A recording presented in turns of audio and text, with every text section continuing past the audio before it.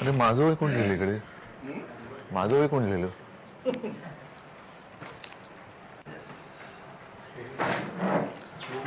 मला फक्त ते चार कोण लिहिलं इकडे? नाही एवढं नको रे, असं एवढं आहे. नाही हे 2-4 कार्टून्स आहेत ना, तेवढंच ते. आणि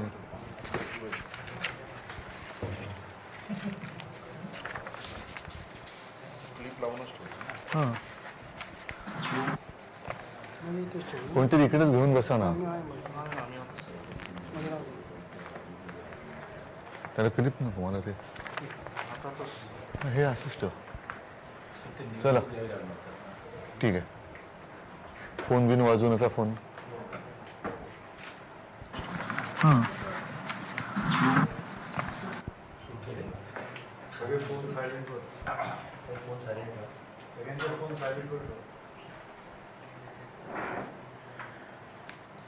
नमस्कार. जय महाराष्ट्र. माननीय हिंदुहृदय सम्राट, शिवसेना प्रमुख आणि जगप्रसिद्ध असे थोर व्यंगचित्रकार माननीय बाळासाहेब ठाकरे यांची जणू काही पहिली ओळख म्हटलं जाईल अशा मार्मिकचा आज 62वा वर्धापन दिन. मार्मिक प्रकाशित झालं त्याला आज 62 वर्ष झाले आणि तेव्हापासून अखंडपणे मार्मिक साप्ताहिक प्रकाशित होत आहे. जसा मार्मिकचा आज 62वा वर्धापन दिन आहे तसा बरोबर 2 दिवसांनी म्हणजे 15 ऑगस्ट रोजी आपण स्वातंत्र्याचा सुद्धा वर्धापन दिन साजरा करणार आहोत. हे वर्ष वेगळे आहे कारण या वर्षी आपल्या स्वातंत्र्याला बरोबर 75 वर्ष होत आहेत. माननीय बाळासाहेब ठाकरे यांनी ज्याप्रमाणे महाराष्ट्र प्रेमाची एक ललकारी दिली होती त्याचबरोबरीनं त्यांनी देशप्रेमाची सुद्धा हाक सदैव दिली होती. आणि म्हणूनच जे अनेक मंत्र माननीय बाळासाहेबांनी आपणा सर्वांना दिले त्यातला एक मंत्र होता, प्रथम जय हिंद म्हणा आणि नंतर जय महाराष्ट्र म्हणा. आणि बाळासाहेबांनी आपले विचार हे मार्मिकमधून नंतर दैनिक सामनामधून सातत्याने मांडताना देशप्रेम कधीही डोळ्याआड होऊ दिलं नाही. आणि आपल्या तमाम मराठी बांधवांना, शिवसैनिकांना हा देशप्रेमाचा जो एक प्रकारचा त्यांनी मार्ग दाखवलेला आहे त्या मार्गावरून असंख्य आपण सर्व भगिनी बांधव आज चालत आहोत. ह्या मार्मिकच्या 62व्या वर्धापन दिनानिमित्त मी सर्वांना मनापासून शुभेच्छा देतो. आणि त्याचबरोबरीनं मार्मिकमधून ज्यांची व्यंगचित्र प्रसिद्ध झाली आणि माननीय बाळासाहेबांचं ज्यांना मार्गदर्शन लाभले असे एक ज्येष्ठ व्यंगचित्रकार श्री संजय मेस्त्री हे यांनासुद्धा आजच्या या कार्यक्रमामध्ये आपण निमंत्रित केलेलं आहे.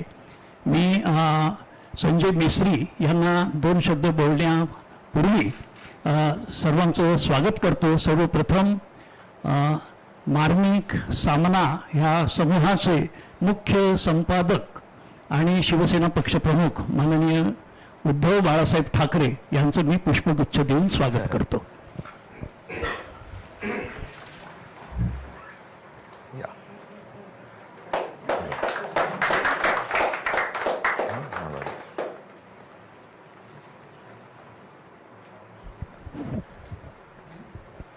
तिथे बस. शिवसेना पक्षप्रमुख माननीय उद्धवजी ठाकरे, प्रबोधन प्रकाशनचे विश्वस्त माननीय सुभाषजी देसाई, दिवाकरजी रावते, नीलमताई आणि उपस्थित सर्व मान्यवर मित्र, प्रथमच मी कार्टून्स कंबाईनचा अध्यक्ष या नात्याने मार्मिकच्या 62व्या वर्धापन दिनानिमित्त तमाम मराठी व्यंगचित्रकारांतर्फे हार्दिक शुभेच्छा देतो. आणि 62वं वय हे तर खरं तारुण्याचं वय आहे. Life begins at 60. KFCचे प्रमुख त्यांनी 60व्या वर्षी जीवन आपलं सुरू केलं. अमिताभ बच्चनने 60व्या वर्षानंतर दुसरी इनिंग खेळायला सुरुवात केली. मार्मिकसुद्धा तसंच 60व्या वर्षानंतर पुन्हा जोमाने ही वाटचाल करणार आहे. ही रात जागण्याचे वय अजूनही बाकी आहे, बेहोश होऊन धुंद होण्याचे वय अजूनही बाकी आहे. वयमान कितीही झाले वयात काय आहे, आनंद फुलवण्याचे वय अजूनही बाकी आहे. मित्रो, मार्मिकने आपल्या व्यंगचित्रांच्या माध्यमातून रसिकांना आनंद देण्याचं काम केलेलं आहे. व्यंगचित्र नेमकं काय करतात, सुख देतात की आनंद देतात? तर व्यंगचित्र ही आनंद देतात. सुख आणि आनंद ह्या दोन वेगवेगळ्या गोष्टी आहेत.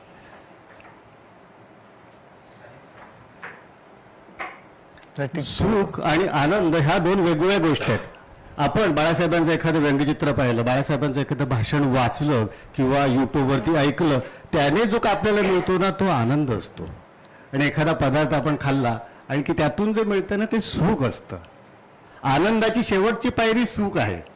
जसं चित्रकलेची शेवटची पायरी ही व्यंगचित्र आहे, तसं आनंद ही सुखाची शेवटची पायरी आहे. आणि ते आनंद देण्याचा बाळासाहेबांनी आपल्या व्यंगचित्रातून कायम प्रयत्न केला. आणि मित्र, कार्टून्स कंबाईन्स ही संस्था बाळासाहेबांनी स्थापन केली. ती कशी झाली त्याचा थोडक्यात मी इतिहास सांगतो आणि मी माझे 2 शब्द थांबवतो. मित्र, कार्टून्स कंबाईन्स ही संस्था कशी स्थापन झाली ती गमतीदार गोष्ट आहे. साधारण 16 मार्च 1983 रोजी कोल्हापूरला रंकाळा तलावाच्या जवळ शालिनीताई पॅलेस जे आहे त्याच्या आवारामध्ये दत्त मंगल प्रसाद कार्यालय आहे, तिथे महाराष्ट्रातील पहिला व्यंगचित्रकारांचा मेळावा झाला. तिथल्या कोल्हापूरच्या 5 संस्थांनी मिळून तो मेळावा घेतला होता. आणि त्या मेळाव्याचे अध्यक्ष होते माननीय शिवसेना प्रमुख, मार्मिकचे संपादक बाळासाहेब ठाकरे. आणि त्या मेळाव्याचं उद्घाटन केलं होतं बाबूराव सडवेलकर, त्यावेळेला महाराष्ट्र कला संचालनालयाचे ते प्रमुख होते. तर त्यांनी ते उद्घाटन केलं होतं आणि बाळासाहेब त्या कार्यक्रमाचे अध्यक्ष होते. त्या उद्घाटन करताना बाबूराव सडवेलकरांनी एक गुलमोहराचं चित्र काढलं होतं, निष्पर्ण गुलमोहर, ज्याला पानं नाहीत असा गुलमोहर, अशासाठी की विनोदाला एक दुःखाची झालर असते, विनोदाला एक कारुण्याची झालर असते, असं त्यातून त्यांना प्रकट करायचं होतं. कारण त्या संमेलनाचं हसरे संमेलन त्या संमेलनाचं नाव होतं. त्याचा उद्देशच हा होता की व्यंगचित्रकाराने आपल्याला कल्पना कशा सुचतात आणि त्याच्या मागची कारण मीमांसा सांगणी, हे त्या साधारण त्या हसरे संमेलनचं 1983 साली 16 मार्च 1983 साली संमेलन झालं होतं, त्याची एक रूपरेषा होती तशी. आणि त्यानंतर बाळासाहेबांनी ते एक संमेलन खऱ्या अर्थाने गाजवलं. जर तुम्ही 16 मार्च 1983 सालचा पेपर काढून बघितले तर संपूर्ण ते संमेलन, शनिवारच होतं, योगागन आजही शनिवार आहे, त्या दिवशी पण शनिवार होता, संपूर्ण संमेलन बाळासाहेबांनी गाजवलं. बाळासाहेबांनी आपल्या भाषणात त्यावेळेला सांगितलं की व्यंगचित्रकार हा सहीवरून ओळखण्याच्या ऐवजी रेषेवरून ओळखता यायला पाहिजे. आणि ते संमेलन बाळासाहेबांच्या भाषणाने गाजलं. सगळ्या वर्तमानपत्रांनी बाळासाहेबांनी त्यावेळेला प्रसिद्धी दिली होती. त्यानंतर तशा पद्धतीचं एक संमेलन पार्ल्याला झालं. रमेश मंत्री जे साहित्यिक होते त्यांनी ते संमेलन आयोजित केलं होतं. त्याचं स्वरूप असं होतं की सकाळी विनोदी लेखक आणि विनोदी कवी आणि त्यानंतर दुसऱ्या सत्रामध्ये व्यंगचित्रकार. त्या संमेलनाचे अध्यक्ष सुद्धा बाळासाहेब होते. त्यानंतर तिसरं संमेलन झालं साहित्य संघ मंदिरमध्ये, श्रीधर गैसा साहित्य संघ मंदिरचे त्यांच्या पुढाकाराने झालं. त्याचंही स्वरूप असं होतं, सकाळी विनोदी लेखक, विनोदी कवी आणि दुपारी व्यंगचित्रकार. त्याचेही अध्यक्ष बाळासाहेब होते. तर आम्ही तरुण मंडळी त्यावेळेला तसं 20-22 वर्षांची त्यावेळेला होतो. मग आपण असं काहीतरी करूया. मग विकास सबनीसांचे लीडर, विकास सबनीसांना आम्ही काय साहेबांकडे येण्याचं, बाळासाहेबांकडे येण्याचा आमचा दुवा म्हणजे विकास सबनीसांना सांगायचं मध्ये आम्हाला साहेबांकडे घेऊन येत असत. तर विकास सबनीस मला आस्वाद जवळ भेटले, म्हणाले की आपण असं संमेलन करतोय. मी साहेबांना भेटून आले, साहेबांनी होकार दिलाय. आम्ही धुरवाल घेतला होता, पण साहेब म्हणाले धुरवाल नको, मी तुम्हाला सेना भवन देतो, सेना भवनामध्ये तुम्ही ते करा. आणि विकास सबनीस म्हणाले की आपल्याला व्हॉलंटियर्स लागणार आहेत, आपल्याकडे माणसं नाहीत, तू लवकर ये. 5:30ची वेळ होती, मी 4:30ला तिथे जाऊन थांबलो होतो. आणि दिलीप घाटपांडेने आम्हाला सेना भवन उघडून दिलं होतं आणि आम्ही ती सगळी सतरंजी, अंथरणं वगैरे सगळे ते कामं तिथे केली. आणि त्यावेळेला चहा पाण्यासाठी जे काही भांडी वगैरे लागतात ते आम्ही विकास सबनीसांच्या घरातूनच बादलीतून आणली होती. बाळासाहेब आल्यानंतर मग आम्ही बाळासाहेबांना शिवाजीचा पुतळा होता तिथे हार घालायला वगैरे सांगितलं. साहेबांनी हार घातला आणि आम्ही खुर्चीवर बसण्याची विनंती केल्यानंतर साहेब म्हणाले मला काय तुम्ही व्यंगचित्रकार नाही समजत. आणि बाळासाहेब आमच्या सोबत खाली सतरंजीवर मधोमध येऊन बसले, ते फोटोग्राफ्स अजून आहेत. आणि ती मीटिंग अशी चालू झाली. त्यावेळी प्रभाशंकर कवडी, राम वैरकर असे एकापेक्षा एक दिग्गज व्यंगचित्रकार त्यावेळेला उपस्थित होते. त्यावेळेला 1983 साली साधारण हार्डली 10 ते 15 व्यंगचित्रकार असतील. त्यानंतर एकदा विकास सबनीसांबरोबर साहेबांकडे भेटलो होतो, तेव्हा साहेब आम्हाला म्हणाले की अरे आता व्यंगचित्रकार किती आहेत? आम्ही म्हणालो की 100 आहेत. तेव्हा बाळासाहेब मार्मिक बोलले, ते वाक्य महत्त्वाचं आहे. साहेब म्हणाले नाहीत, अजूनही 12 ते 15 व्यंगचित्रकार आहेत. हे वाक्य महत्त्वाचं आहे. दर्जा किती घसरला आहे त्याबद्दल साहेबांचं हे मार्मिक वाक्य आहे. आणि आम्ही ते संमेलन आयोजित केलं. प्रभाशंकर कवडी, राम वायरकर अशी मंडळी साहेबांना सांगत होते की साहेब आम्हाला पैसे वेळेवर मिळत नाही, त्यासाठी काहीतरी करायला पाहिजे. मग साहेब म्हणाले आपण काय करायला पाहिजे? मग आपण एखादी संस्था स्थापन करूया. मग बाळासाहेब म्हणाले हरकत नाही. आणि तिथे कार्टुनिस्ट कंबाईन्स या संस्थेची स्थापना झाली. सर्वांनी सांगितलं, साहेबांना मराठी नाव सांगितलं. साहेब म्हणाले नको, आपल्याकडे जगातले व्यंगचित्रकार यायला पाहिजेत, म्हणून आपण कार्टुनिस्ट कंबाईन हे नाव घेऊया. आणि विकास सबनीसना त्यांनी लोगो बनवायला सांगितलं. अशी कार्टुनिस्ट कंबाईन्स या संस्थेची स्थापना झाली. आणि त्या संस्थेच्या मार्फत आम्ही दरवर्षी वेगवेगळे कार्यक्रम करत असतो, एक संमेलन घेत असतो. आज 5 मेला जागतिक व्यंगचित्रकार दिनानिमित्त बाळासाहेब ठाकरे राष्ट्रीय स्मारकांच्या मदतीने सुभाषजी देसाईंच्या मार्गदर्शनाखाली आम्ही एक भव्य प्रदर्शन आयोजित केलं. तो स्पर्धा घेतली होती. त्याला जगातील 24 वेगवेगळ्या देशातून व्यंगचित्र आली होती. म्हणजे इंग्लंड, अमेरिका, फ्रान्स देशांची नावं घेत नाही, 24 वेगवेगळ्या देशातून व्यंगचित्र आली. इतका प्रचंड रिस्पॉन्स बाळासाहेब ठाकरे राष्ट्रीय स्मारक आणि कार्टून्स कंबाईनच्या या स्पर्धेला मिळाला होता. मित्र, बोलण्यासारखं खूप आहे, मी जास्त वेळ घेत नाही. कार्टून्स कंबाईनची ही स्थापना अशी झाली, ही थोडीशी मी पार्श्वभूमी तुम्हाला सांगतो आणि इथेच थांबतो. जय हिंद, जय महाराष्ट्र.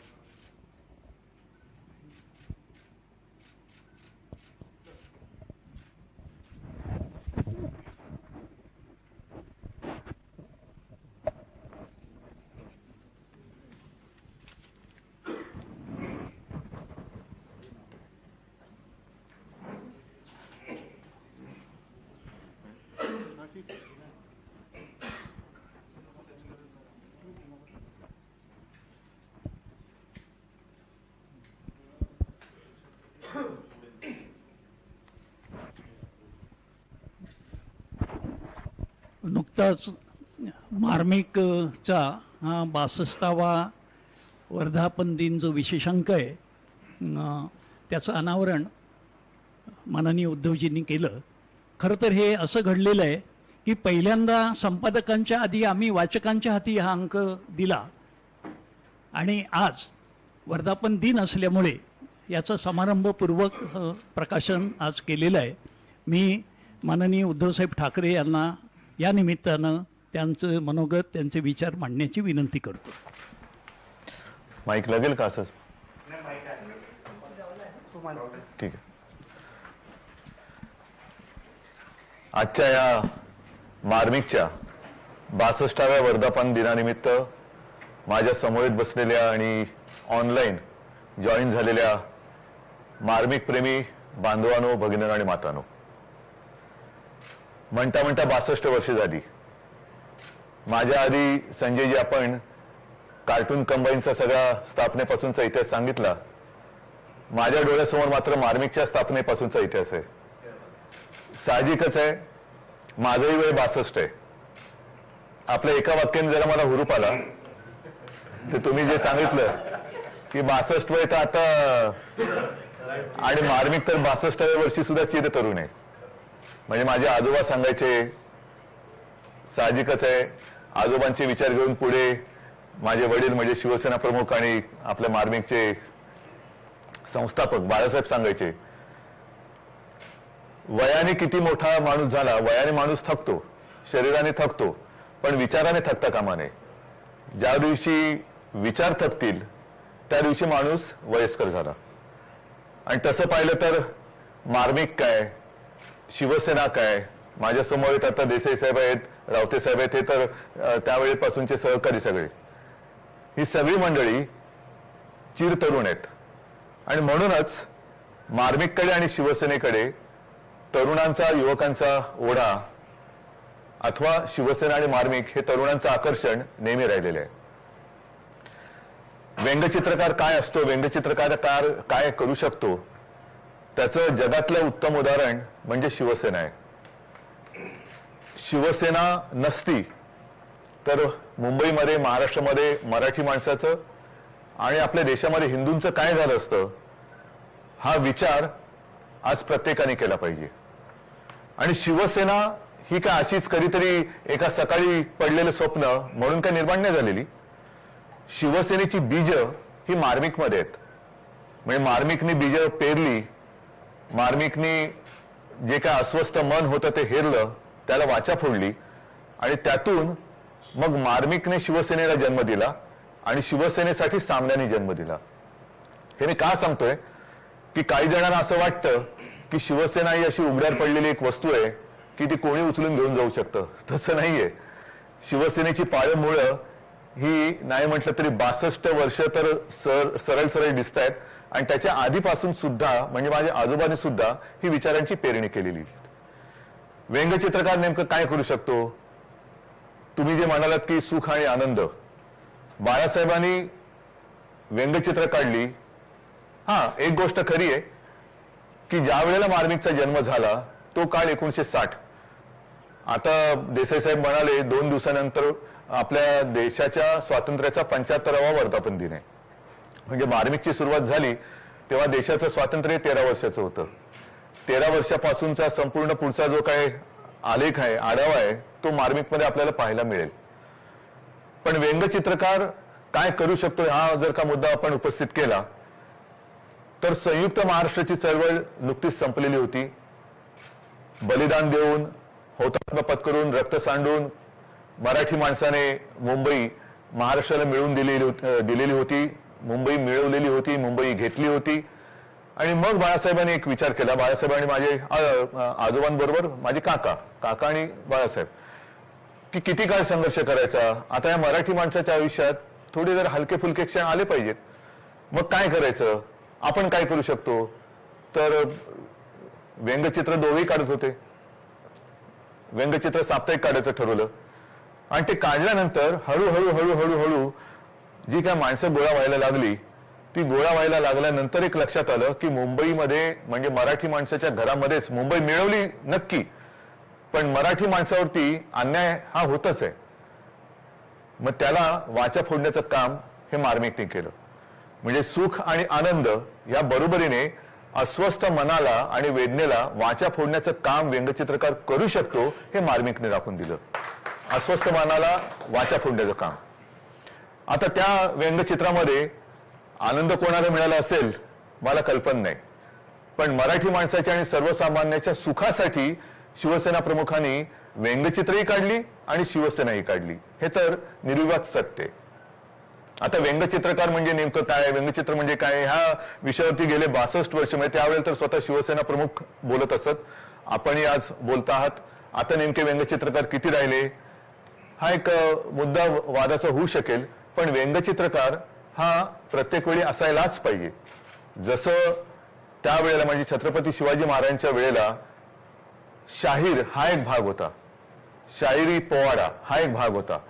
म्हणजे त्या शाहिराची थाप ही त्या डफावर पडली तर त्या डफावरचं मेलेलं कातड सुद्धा जिवंत व्हायचं ही त्या शाहिराच्या थापीची मोठी कलात्मकता आणि करामत होती. तो एक चमत्कार शाहिराच्या ज्या थापेमध्ये होता तो व्यंगचित्रकाराच्या ब्रशच्या फटकाऱ्यामध्ये.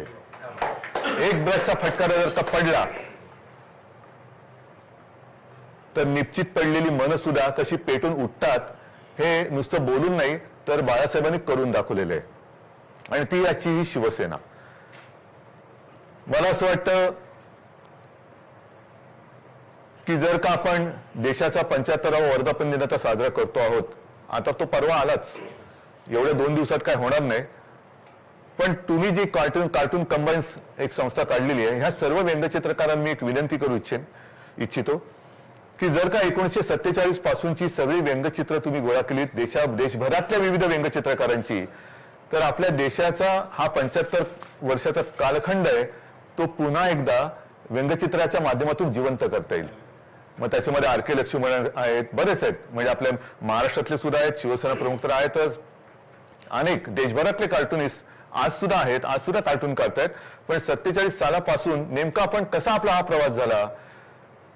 कारण मी जे पुस्तक मला एक सगळ्यात समाधानाची माझ्या आयुष्यातली गोष्ट म्हणजे मी शिवसेना प्रमुखांसाठी त्यांची जी इच्छा होती त्यांच्या व्यंगचित्राचं पुस्तक ते मी करू शकलो, ही माझ्यासाठी आयुष्यातली सगळ्यात मोठी आनंदाची गोष्ट आहे. आणि ती करत असताना मार्मिकची व्यंगचित्र असं काय नव्हतं मी काही ती बघितलेली नव्हती. मी तर ती गेली अनेक वर्ष पाहतच मोठा झालेलो आहे, म्हणजे मार्मिक सोबतच मी मोठा झालेलो आहे. पण तरी सुद्धा ती परत एकदा चालताना मला असं वाटलं की व्यंगचित्रकार बदलतात, माणसं बदलतात, काळ बदलतो, पण परिस्थिती काय बदलत नाही. परिस्थिती तीच आहे. म्हणजे आज सुद्धा व्यंगचित्रकार नाही याच्यातला भाग नाही. काही काही व्यंगचित्र मी मुद्दामून हाताची ठेवलेली आहेत, पण मुद्दामून मी बाळासाहेबांची काही व्यंगचित्र ही आपल्याला दाखवू इच्छितो. आता देशाचा 75वा स्वातंत्र्य दिनाचा वर्धापन दिन आहे आणि बाळासाहेबांनी हे मला वाटतं 1980 साली काढलेले चित्र आहे. बघा, काळ बदलला, माणसं बदलली, पण परिस्थिती तीच आहे. भारत मातेच्या गळ्याला फास अजूनही तसाच आहे. हे एक व्यंगचित्र फार बोलकं आहे आणि त्याच्या खाली जे लिहिलेलं आहे की स्वतःच्या म्हणजे बाळासाहेबांनीच लिहिलेले, स्वतःच्या जिंदाबादाने सत्ताधाऱ्यांचे कानाचे पडदे बधीर झाले असले तरी या देशातील राष्ट्रभक्तांच्या कानावर भारत मातेची ही किंकाळी ऐकू जाईल काय. की भारत मातेचं जे दुःख, नुसतं आम्ही तिरंगा फडकवला म्हणजे राष्ट्रभक्त झालो, देशभक्त झालो, म्हणजे आपल्याला असं वाटतं आपली भारत माता ही आपलीच जणू काय मालमत्ता आहे. तसं नाहीये. तर तिची खरी व्यथा, जे मी बोललो ना, अस्वस्थ मनाच्या वेदनेला वाचा फोडण्याचं काम व्यंगचित्रकार करतो, तर ती व्यथा ही मांडण्याचं काम केलेलं आहे. आता परत हे तर मी दाखवलं, हे एक आणखीन फार महत्वाचं बोलकं चित्र आहे. मी आता कोणावरती काही कॉमेंट करावी म्हणून काही व्यंगचित्र दाखवत नाहीये, पण 1978 साली हे बाळासाहेबांनी काढलेले चित्र आहे. 1978 साली मोरारजीभाई देसाई पंतप्रधान होते. आता तो जनता पक्षाचा कालखंड, त्याच्या आधीचा आणीबाणीचा कालखंड हा काही मोजक्या लोकांना आजही आठवत असेल, कारण मी त्यावेळेला लहान होतो. म्हणजे 78 साली म्हणजे 60 आणि 78 काय किती वर्षाचा होतो तो होतो. पण तो काळ बघितलेला, तो काळ भोगलेला असा जो काही पिढीतला वर्ग आहे तो आजही तो काळ जर का आठवत असेल त्यांना, तर हे व्यंगचित्र हे सदा सर्वदा सगळ्यांच्या लक्षात असायला पाहिजे. कारण त्या व्यंगचित्राचं शीर्षक असं दिलेलं आहे की परतीचा प्रवास. वरती त्याच्यावरती आपण एक कॉमेंट अशी केलेली आहे की तेव्हा मोरारजीभाई होते, म्हणून मोरारजी देसाईंसारखा हेकडी माणूस पंतप्रधान पदी बसल्यावर जे व्हायचे तेच घडले. मोरारजींची हेकडी वृत्ती लोकशाहीस पुन्हा त्याच अंधाऱ्या खाईत घेऊन गेली. हे फार महत्वाचं वाक्य आहे, म्हणून मी हे चित्र दाखवतोय.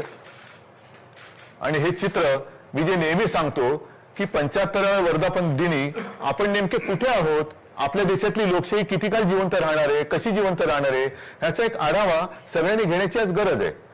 आज जर का बघितलं, आनंदी आनंद आहे, 75वा वर्धापन दिन आहे.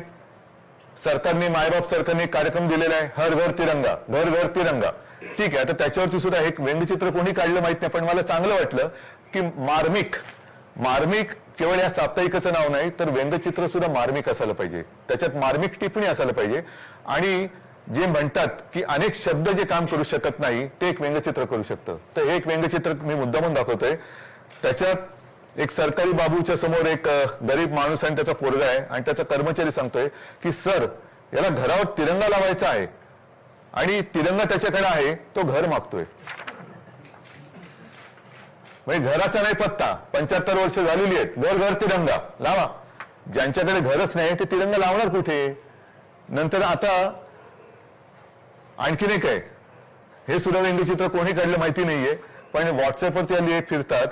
आता 19 तारखेला दही अंडी आहे, कालाष्टमी. त्याच्यामध्ये म्हटलंय दोघं जण कोण ते तुम्हाला कळतील, व्यंगचित्र दाखवलेले. ते म्हणतायत, प्रभू माखन बाद में खाइएगा, पहिले 5% GST दीजिए. हे जे आहे ना, ह्याला मार्मिकपणा म्हणतात. आणि ही अस्वस्थ मनाला वाचा फोडणारी व्यंगचित्र काढणारे व्यंगचित्रकार आज सुद्धा आपल्यामध्ये आहेत.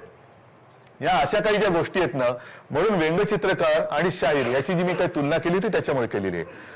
आज काही ज्या गोष्टी चाललेल्या आहेत, आझादी म्हणजे काय, स्वातंत्र्य. आपण ब्रिटिशांच्या गुलामगिरीतून स्वतंत्र झालो त्याला आता 75 वर्ष झाली. त्याच्या आधीची 150 वर्ष गुलामगिरीत गेली, 150 वर्षाचा कालखंड गेला. त्याच्यानंतरचा 75 वर्ष पूर्ण करून स्वातंत्र्याचा अमृत महोत्सव करताना परत आपण गुलामगिरीकडे चाललोय का, हा सुद्धा एक विचार करण्याची आज गोष्ट आलेली आहे. कारण सगळीकडे घर घर तिरंगा लावत असताना राजकारण हे तर आपल्या पाचवीलाच पुजलेलं आहे. कारण लोकशाही म्हटल्यानंतर राजकारण आलंच, राजकारण म्हटल्यानंतर निवडणुका आल्याच, निवडणुका म्हटल्यानंतर राजकीय पक्ष आलेच, आणि ते आलेच पाहिजेत. प्रत्येक माणसाचं मत हे एकच असेल असं नाहीये. आपली मतं मांडण्याची आणि मतं व्यक्त करण्याची मुभा जिथे ज्या व्यवस्थेत असते त्याला लोकशाही म्हणतात. परंतु गेल्या 8-10 दिवसापूर्वी आपल्या देशाचा राज्यकर्ता जो पक्ष आहे भारतीय जनता पक्ष आणि त्याचे जे अध्यक्ष आहेत नड्डा, त्या नड्डाजींनी जे एक वक्तव्य केलेलं आहे हे लोकशाहीला घातक आहे की नाही हा सुद्धा विचार करण्याची वेळ नव्हे तर विचार केलाच पाहिजे असं ते वक्तव्य आहे. काय बोलले ते? ठीक आहे ना, मी आज शिवसेनेचा पक्षप्रमुख आहे, कालपर्यंत मुख्यमंत्री होतो, पुन्हा शिवसेनेची सत्ता येणारच आहे, हे येणं जाणं हे चालूच असतं. पण नड्डा जे बोलले की या देशामध्ये एकच पक्ष राहणार आहे आणि बाकीचे पक्ष हे संपत चाललेले, विशेषतः शिवसेना ही संपत चाललेला पक्ष आहे. बघू त्यांनी प्रदेशाध्यक्ष केले, त्यांच्या नावामध्ये किती कुळे आहेत मला माहिती नाही, पण त्यांची किती जरी कुळे उतरली तरी शिवसेना काय नष्ट करू शकत नाहीत. मग ती 52 असतील ना ते 152 असतील, त्याला मला काही फरक नाही पडत. पण ही जी काही लोकशाहीला घातक म्हणजे प्रादेशिक पक्ष हे संपवून टाकायचे. देशाच्या स्वातंत्र्याची जी काही मांडणी झालेली आहे संघ राज्य, त्याच्यामध्ये अनेक प्रदेश एकत्र आलेत. जसं बंगाल आलेला आहे, पंजाब आलेला आहे, गुजरात आलेला आहे, कर्नाटक आलेला आहे, केरळ आलेला आहे, उत्तर प्रदेश आलेला आहे, बिहार आलेला आहे, तसा महाराष्ट्र आलेला आहे, काश्मीर सुद्धा आहेच. पण ही सगळी घटक राज्य एकत्र येऊन आपल्या देशाचं स्वातंत्र्य हे निर्माण झालेलं आहे, देशाचं स्वातंत्र्य अस्तित्वात आलं, म्हणून आपल्या पद्धतीला संघराज्य पद्धती म्हणतात. मग नड्डाजींना काय म्हणायचं नेमकं की तुम्हाला प्रादेशिक पक्ष संपवायचे आहेत म्हणजे संघराज्य पद्धत तुम्हाला संपवायची आहे का, संघराज्य तुम्हाला नको आहे का? आणि मग हे संघराज्य नको हे तुमचं मत हे साऱ्या देशातल्या नागरिकांचं मत आहे का? त्याच्यावरती खऱ्या निवडणुका व्हायला पाहिजेत. तुम्ही म्हणाल आज केवळ तुम्ही गादीवर बसल्यात म्हणून हम करू सो कायदा, ही लोकशाही नाही, हा त्याचा आझादीचा किंवा ही आझादी आणि त्याचा अमृत महोत्सव नाहीये. अमृत महोत्सव म्हणजे तो अमृतासारखा असला पाहिजे. अमृत महोत्सवीच जर वर्षात तुम्हाला लोकशाही मृतावस्थेत न्यायची असेल तर अमृत महोत्सव कसला आला, अमृत महोत्सव कसला? तर ह्या सगळ्या ज्या काही गोष्टी आहेत. आणखीन एक गोष्ट जी बातमी मला फार महत्वाची वाटली, म्हणजे स्वातंत्र्य मिळालंय, 75 वर्ष आपण साजरी करतोय, घर घर तिरंगा. आता देसाई साहेबांनी वगैरे सुद्धा तो एक हे लावलंय, आम्ही सुद्धा लावणार, डीपी वरती सुद्धा तिरंगा टाकणार, टाकायचाच. कारण आपल्याकडे सगळं ते सोशल मीडिया जोरात आहे. सोशल मीडिया बरोबर आहे, पण जे काय चालले ते तुम्हाला सोसल का हा सुद्धा विचार करा. कारण डीपी वरती तिरंगा टाकणं आनंदाची बातमी आहे, पण जी लोक आपलं कुटुंब आपलं घरदार विसरून देशाच्या रक्षणासाठी म्हणजेच स्वातंत्र्याच्या रक्षणासाठी जीवाची बाजी करून सीमेवरती उभे आहेत, त्या लष्करामध्ये कपात करण्याची बातमी ही फार मोठी घातक आहे, मोठी गंभीर आहे. म्हणजे कोणत्या दिशेने आपण चाललेलो आणि ही कपात का करणार? तर नाही, तो खर्च जो आहे तो खर्च आम्ही लष्कराच्या आधुनिकीकरणासाठी वापरणार. वापरा ना मग. लष्कर तर प्रचंड पाहिजेच, लष्कर प्रचंड पाहिजे, प्रचंड लष्कराला अत्याधुनिक शस्त्र ही मिळालीच पाहिजेत. पण शस्त्र घेण्यासाठी तुम्ही माणसं कमी करणार असाल तर शस्त्र देणार कोणाच्या हातामध्ये? आणि इतर प्रचंड ज्या काही महाशक्ती ज्याला आपण म्हणतो, म्हणजे त्याच्यामध्ये आपल्या शेजारी चीन आहेच, पाकिस्तान बांगलादेश तर भाग वेगळाच, त्यांच्याकडनं म्हणजे पाकिस्तानकडनं घुसखोरी चालूच आहे, चीन आहे, इतर बऱ्याच अमेरिका आहेत, रशिया आहे. यांनी माझ्या तरी आठवणीत किंवा माझ्या तरी माहितीत आधुनिकीकरणासाठी लष्कर कपात केल्याचं कुठे माझ्या वाचण्यात आलेलं आहे. म्हणजे लष्कर चालवण्यासाठी तुमच्याकडे पैसे नाहीत, पण देशभरात राज्याची सरकार पाडण्यासाठी तुमच्याकडे पैसे आहेत. हे कोणतं स्वातंत्र्य आहे? म्हणजे लष्कर ज्याच्यामुळे तिरंग्याचं रक्षण होतंय त्यांच्यामुळे आपण तिरंगा घरी बसून घरावरती तिरंगा लावू शकतो, आपल्या डीपीवरती तिरंगा ठेवू शकतो. आणि त्याच्यामध्ये जर कपात करणार असाल तर नुसतं घरातून बेंबीच्या देठापासून भारत माता की जय म्हणून काही शत्रू पळून नाही जाणार आहे. आज सुद्धा ज्या काही बातम्या येतात लडाखमध्ये चीन घुसलाय, अरुणाचलमध्ये घुसतोय, तो मी उद्या माझ्या घरावरती तिरंगा लावलेला बघून तो चीन परत जाणार आहे का? तो नाही परत जाणार. घराघरावरती तिरंगा का पाहिजे? तर तो एवढ्यासाठी पाहिजे की ते जे सैनिक आपल्या जीवाची बाजी लावून आपल्या देशाचं म्हणजे आपलं रक्षण करतायत त्यांना सुद्धा कळलं पाहिजे की मी एकटा नाहीये, माझ्या पाठी संपूर्ण देश आहे. म्हणून घराघरावरती तिरंगा, आणि तिरंगा नुसता घराघरावर नाही तर हृदयात सुद्धा तिरंगा असला पाहिजे, हृदयात सुद्धा तिरंगा पाहिजे, नाही तर उपयोग काय त्याचा. तर अशा या ज्या काही गोष्टी आहेत या मला असं वाटतं व्यंगचित्रकारांनी ह्या मार्मिकपणाने जनतेसमोर आणल्या पाहिजेत. आता हे सगळं मी बोललो, ही परिस्थिती आज मला काही मोठं राजकीय बोलायचं नाहीये, नाहीतर महागाई आहे, वाढती बेकारी आहे, काही ठिकाणी आता सुद्धा अतिवृष्टी झालेली आहे. पण सरकार विशेषतः महाराष्ट्रातलं आहे कुठे? काही न करता स्वतःचे सत्कार करून घेतले जात आहेत, आणि तिकडे अतिवृष्टीने जो शेतकरी बेहाल झालेला आहे तिथे जायला मंत्री कुठे आहेत? मंत्र्यांचं नाही खाते वाटप, म्हणजे सगळे मंत्री आज आजाद आहेत, कोणावरतीच काही बंधन नाहीत. आझादी का अमृत महोत्सव मंत्र्यांचं चाललंय, पदं मिळालेत पण जबाबदारी नाही आहेत, करा मजा करा. तर ही अशी सगळी मौज मजा मस्ती आहे, त्याच्यावरती ब्रशचे फटकारे हे फार मोठं काम करतात. म्हणून मी गेल्या आठवड्यातच बोललो होतो की ज्याला शिवसेना प्रमुख व्यंगचित्रकलेतले आपले गुरु मानायचे ते अर्थात दीनानाथ दलाल एक होते, त्याच्यानंतर डेव्हिड लोन बद्दल तर त्यांना खूप आदर होता. आणि डेव्हिड लोनची एक गोष्ट त्यांनी सांगितलेली जाहीर सभेत मार्मिकच्या वर्धापन दिनाला सुद्धा सांगितलेली आहे की जेव्हा दुसरं महायुद्ध पेटलेलं होतं आणि हिटलरनी नुसता एक उच्छाद मांडला होता, रोज कुठे ना कुठेतरी हल्ले करायचा. एक काही तर असं आलं होतं की असं वाटत होतं की हिटलर आता जिंकलाच, म्हणजे त्याने आता एक एक देश पादाक्रांत करायला सुरुवात केलेलीच आहे. पण त्याच वेळेला ब्रिटनमधले एक व्यंगचित्रकार होते डेव्हिड लो, म्हणजे हिटलर बॉम्ब टाकायचा आणि डेव्हिड लो कार्टून काढायचे. पण बॉम्बनी जेवढं नुकसान व्हायचं त्याहीपेक्षा जास्त मानसिक त्रास हिटलरला व्हायचा, आणि हिटलर एवढा परेशान होता की त्यांनी असं म्हणतात की त्याच्या सैनिकांना वगैरे सांगितलं होतं की हा कोण आहे माणूस, आहे तरी कुठे, त्याला घेऊन या माझ्यासमोर, जसा मिळेल तसा घेऊन या. अर्थात डेव्हिड लो काही सापडले नाही, पण ही व्यंगचित्रकाराची ताकद असते. आणि या मार्मिकच्या वर्धापन दिनाच्या निमित्ताने मी देशातल्या तमाम व्यंगचित्रकारांना एवढंच सांगू इच्छितो की जर देश पुन्हा एकदा गुलामगिरीकडे चालला असेल, पुन्हा एकदा हुकुमशाहीच्या दिशेने चालला असेल, तर तुम्ही तुमचे फटकारे त्या वृत्तीवरती मारलेच पाहिजे. तुमचा ब्रश हा कधीही कुठेही, फटकारे मारताना ब्रश झुकतो पण तो झुकल्यानंतर परत ताठ होतो, तसे तुम्ही आणि तुमचा ब्रश, तुमचा कुंचला हा ताठ मानेने देशाला मार्गदर्शन करत राहा. आणि मार्गदर्शन व्यंगचित्रकाराने कसं करावं त्याचं अप्रतिम उदाहरण हे मार्मिकतून तुमच्या समोर ठेवलेलं आहे.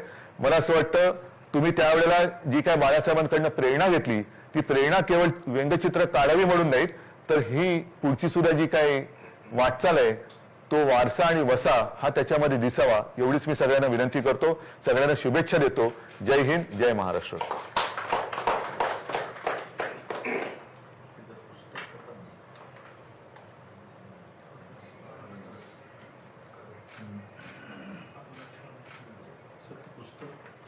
ते बंद